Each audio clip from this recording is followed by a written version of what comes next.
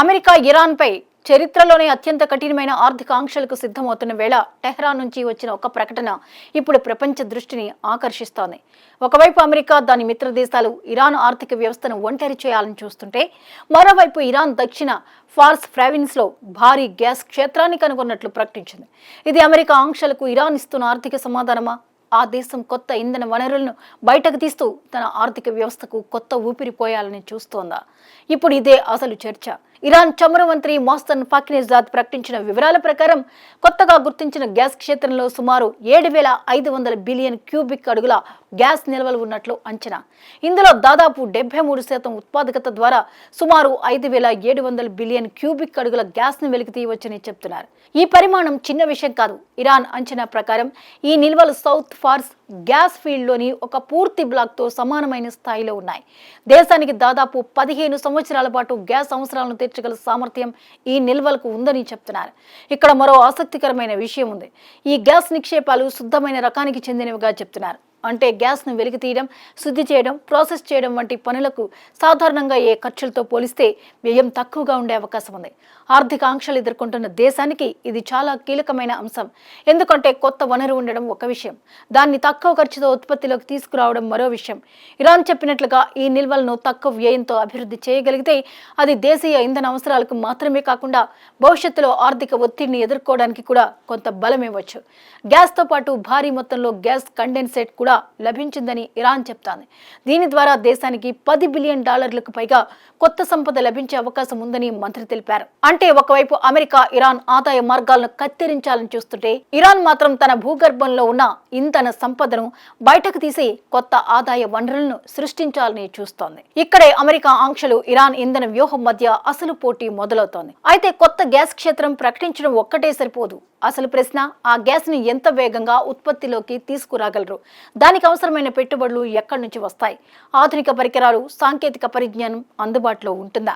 America ఆంక్షల కారణంగా విదేశీ కంపెనీలు వెనక్కి తగ్గితే ఇరాన్ స్వదేశీ కంపెనీలతోనే ఈ భారీ ప్రాజెక్టును పూర్తి చేయగలదా? ఈ ప్రశ్నలకు సమాధానమే ఈ కొత్త గ్యాస్ క్షేత్రం నిజమైన ఆర్థిక విలువను నిర్ణయిస్తుంది. ఇదే సమయంలో ఇరాన్కు మరో ముఖ్యమైన ఇంధన కేంద్రం సౌత్ ఫార్స్ కూడా కీలకంగా మారింది. గతంలో జరిగిన 12 రోజుల యుద్ధంలో సౌత్ ఫార్స్ గ్యాస్ ఫీల్డ్లోని ఫేజ్ 14 రిఫైనరీ దెబ్బతిన్నట్లు ఇరాన్ చెప్తోంది. ఇప్పుడు ఆ రిఫైనరీని తిరిగి నిలబెట్టే పనులు వేగంగా జరుగుతున్నాయి.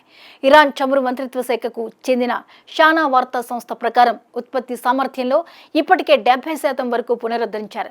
దెబ్బతిన్న ప్రొడక్షన్ ట్రైన్లను రాత్రింబవళ్లు పనిచేసి రికార్డు సమయంలో బాగు చేస్తున్నామని Pars oil and gas company CEO Turaj Dehghani తెలిపారు.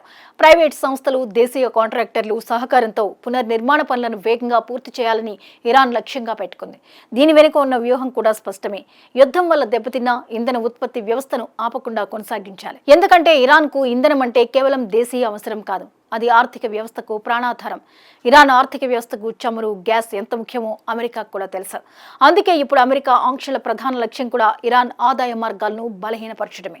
డొనాల్డ్ ట్రంప్ ప్రభుత్వం ప్రకటించిన ఎకనామిక్ డి-డే క్యాంపెయిన్ ఈ వ్యూహంలో భాగంగా కనిపిస్తోంది.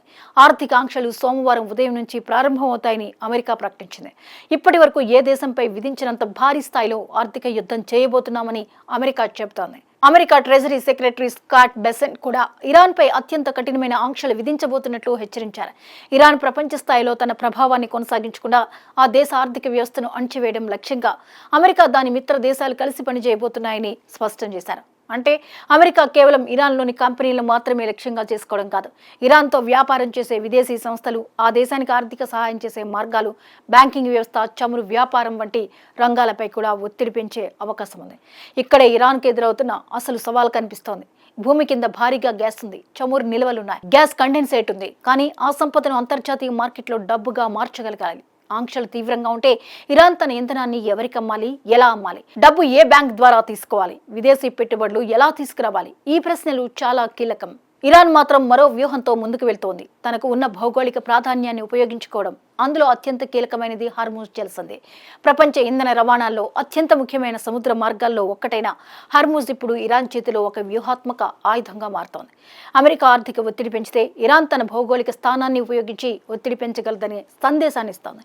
ఇదే క్రమంలో హార్మూజ్ జలసంధి గుండా ప్రయాణించే నౌకల నుంచి సర్వీస్ ఫీజులు వసూలు చేయాలని ఇరాన్ నిర్ణయించినట్లు ఆ దేశ నేషనల్ సెక్యూరిటీ కమిషన్ ప్రతినిధి ఇబ్రహీం రెజాయ్ వెల్లడించారు. హార్మూజ్ జలసంధి భద్రత పురోగతిని నిర్ధారించే ఆర్టికల్ 3 ప్రకారం ఈ నిర్ణయం తీసుకున్నట్లు తెలిపారు. ఇరాన్ అందించే సేవలను ఉపయోగించుకునే నౌకలు ఇందుకు రుసుము చెల్లించాల్సి ఉంటుందని చెబుతున్నారు. ఇక్కడ సర్వీస్ ఫీజు అంటే కేవలం ఒక టోల్ లాంటిదేనా? కాదు. దీని వెనుక పెద్ద వ్యూహాత్మక సందేశం ఉంది. నావిగేషన్ సేవలు, పర్యావరణ పరిరక్షణ, కొన్ని షరతులతో ఇంధన సరఫరా, బీమా, భద్రతా సేవలు, ఇలా హర్మూజ్లో నౌకలకు అందించే సేవలకు రుసుము వసూలు చేయాలని ఇరాన్ చూస్తోంది.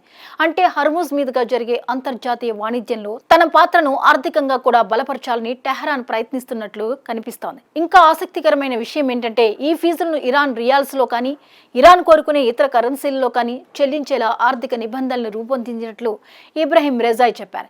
ఇది కూడా ఒక వ్యూహాత్మక నిర్ణయమే కావచ్చు. ఎందుకంటే అమెరికా ఆంక్షలు సాధారణంగా డాలర్ ఆధారిత అంతర్జాతీయ ఆర్థిక వ్యవస్థను ఉపయోగించి ఒత్తిడి పెంచుతున్నాయి. ఇరాన్ మాత్రం తనకు అనుకూలమైన ఇతర కరెన్సీలను ఉపయోగించాలనే ప్రయత్నం చేస్తోంది. అంటే ఇరాన్ ఇప్పుడు రెండు వైపులా పోరాడుతోంది. ఒకవైపు భూగర్భంలోని గ్యాస్, చమురు వనరులను వెలికితీసి ఆర్థిక వ్యవస్థను బలోపేతం చేయాలని చూస్తోంది. మరోవైపు హార్మూజ్ వంటి కీలక భౌగోళిక ప్రాంతాలపై తన ప్రభావాన్ని ఉపయోగించి ఆర్థిక ఒత్తిడిని ఎదుర్కోవాలని చూస్తోంది. అమెరికా మాత్రం మరో దిశలో ఉంది. ఇరాన్కు వచ్చే డబ్బు ప్రవాహాన్ని అడ్డుకోవడం, అంతర్జాతీయ మార్కెట్ల నుంచి దాన్ని వేరు చేయడం, దానికి సహకరించే సంస్థలను కూడా ఆంక్షల పరిధిలోకి తీసుకురావడం. ఇప్పుడు అసలు పోటీ ఎవరిది? ఇరాన్ వద్ద వనరులున్నాయి. అమెరికా వద్ద ఆర్థిక వ్యవస్థపై భారీ ప్రభావం ఉంది. ఇరాన్ వద్ద హర్మూజ్ జలసంధి వంటి భౌగోళిక వ్యూహాత్మక బలం ఉంది.